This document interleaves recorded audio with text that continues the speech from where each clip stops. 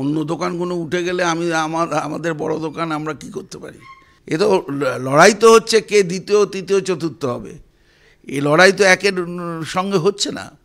কিন্তু এই যে বিপজ্জনক শক্তিকে তারা আনছেন, সিপিএম যে তলে তলে বিজেপির কোলে দুলছে, যে কথা মমতা বন্দ্যোপাধ্যায় প্রায়ই বলেন, সেটা তো আজকে সত্য হলো। এই ভোটগুলো কোথায় গেল? এই ভোটগুলো তো সবই সিপিএমের ভোটগুলো চলে গেল বিজেপির দলে। অর্থাৎ রাম আর বাম এ দুটো এক হাত বোলোমাত। সরকারের উন্নয়নের কাজগুলো আরও বেশি জনসংযোগ রাখা, ধর্মের ভিত্তিতে যারা বিভাজন করছে সে সম্পর্কে মানুষকে সজাগ করা। ঘটা করে পলিট ব্যুরো আছে, ঘটা করে রাজ্য কমিটি আছে, তা তাদের অবস্থাটা এরম হলো কেন? আত্মসমীক্ষা তো তাদের করতে হবে। আর আমাদের কি করতে হবে না, আমরা এখন সংকেত পাচ্ছি যে এরা শেষ। সুতরাং এই ভোটগুলো যাতে বিজেপির দিকে না যায়, সেই জন্য মানুষকে বোঝাতে হবে।